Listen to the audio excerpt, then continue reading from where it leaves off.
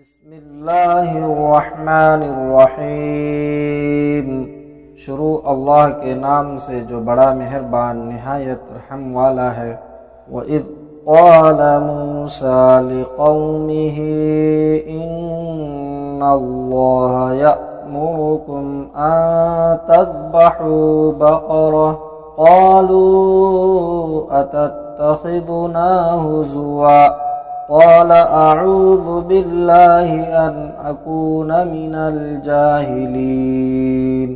اور جب موسیٰ نے اپنی قوم سے کہا تھا کہ اللہ تمہیں ایک گائے ذبح کرنے کا حکم دیتا ہے، وہ کہنے لگے کیا آپ ہمارا مذاق بناتے ہیں؟ موسیٰ نے کہا میں اللہ کی پناہ مانگتا ہوں کہ میں نادانوں میں شامل ہو جاؤں۔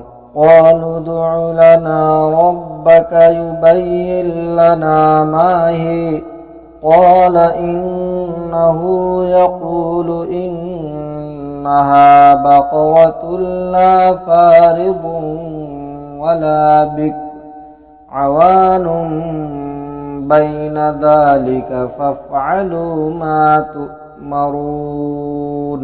انہوں نے کہا کہ آپ ہمارے لیے اپنے رب سے درخواست کیجئے کہ ہمیں واضح طور پر بتائے کہ وہ گائے کیسی ہو۔ موسیٰ نے کہا کہ اللہ فرماتا ہے وہ ایسی گائے ہو جو نہ بہت بوڑھی ہو اور نہ بالکل بچیا، ان دونوں کے بیچ میں ہو، بس اب جو حکم تمہیں دیا گیا ہے بجا لاؤ۔ قالوا ادع لنا ربك يبين لنا ما لونها قال إنه يقول إنها بقرة صفراء فاقع لونها تسر الناظرين۔ کہنے لگے آپ ہماری خاطر اپنے رب سے درخواست کیجئے کہ ہمیں واضح کرے کہ اس کا رنگ کیسا ہو۔ موسیٰ نے کہا اللہ فرماتا ہے کہ اس کا رنگ گہرا زرد ہو جو دیکھنے والوں کا دل خوش کر دے۔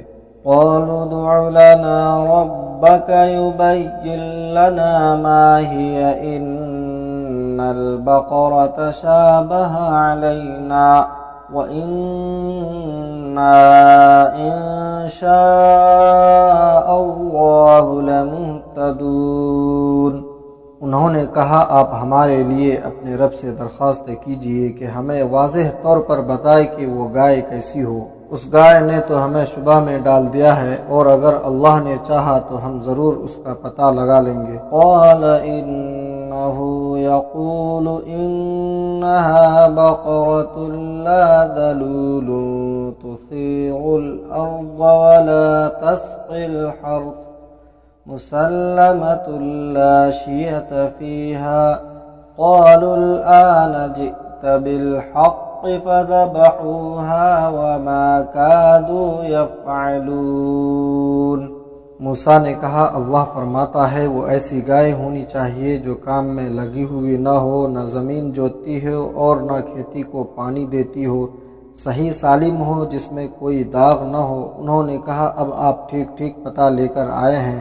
اس کے بعد انہوں نے اسے ذبح کیا، جبکہ لگتا نہیں تھا وہ کر پائیں گے۔